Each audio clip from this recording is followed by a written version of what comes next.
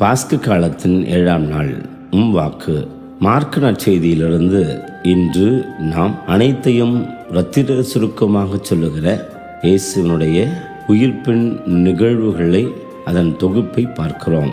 மரிய மதலேனாளுக்கு இயேசு தோன்றியது, அவர் வந்து அந்த செய்தியை சீடர்களுக்கு சொன்னது.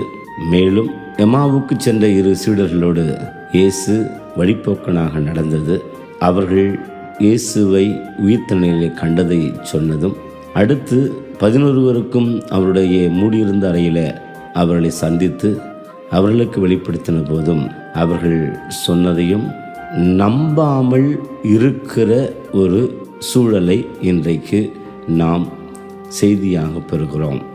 எப்படி தோன்றினவர் தன்னுடைய பிள்ளைகளை தேடி வந்தார் என்று சொல்லுகிற நிலையில் இவர்களால் அவரை நம்ப முடியவில்லை. நம்பிக்கையின்மை எப்படி ஏற்பட்டிருக்கும் என்று பார்க்கிற போது இங்கு நற்செய்தி சொல்லுகிறது, இயேசு அவர்களது நம்பிக்கையை அல்லது நம்பிக்கையின்மையை கண்டித்தார். ஏனென்றால் இன்னும் அவர்கள் அந்த யூதர்கள் கொடுத்த துன்ப அதிர்ச்சி தங்களுக்கும் இயேசுவுக்கு நடந்தது போல் நடந்து விடுமோ என்று சொல்லுகிற, இன்னும் அடுத்து என்னென்ன நேரப்போகிறதோ என்று சொல்லுகிற தாங்களாக வளர்த்து கொண்ட அதிபயங்கரமான கற்பனையில் அவர்கள் இருக்கிறார்கள். மேலும் இயேசுவை அவர்கள் உயிரோடு இருக்கிற பொழுது எப்படி இருக்க முடியுமோ அப்படித்தான் பார்க்கிறார்களே தவிர உயிர்த்துவிட்ட ஒரு வேற்றுரு என்கிற ஒரு நிலையில் பார்ப்பதற்கு அவர்களுடைய அறிவு சிந்தனை இன்னும் அவர்களுக்கு அந்த விழிப்புணர்வு ஒன்றும் கிடைக்கவில்லை.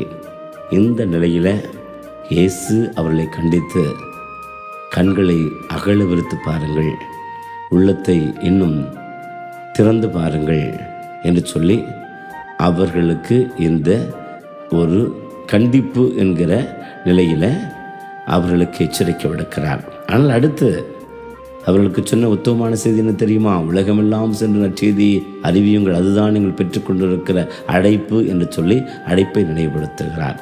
இன்று இந்த உயிர்ப்பின் காலத்தில் நாமும் நம்முடைய கவலைகளை எல்லாம் நமக்குள்ள இருக்கிற பயங்கள்லாம் மூட்டை கட்டிவிட்டு இயேசு என்கிறவர் நமக்காக பாடுபட்டு மரித்து உயிர்த்தெழுந்திருக்கிறார். உயிர்த்த தெய்வத்தை நாம் அகில உலகத்திற்கும் பரப்புகிற சாட்சிகளாக மாறுவோம் என்று உறுதியெடுப்போம்.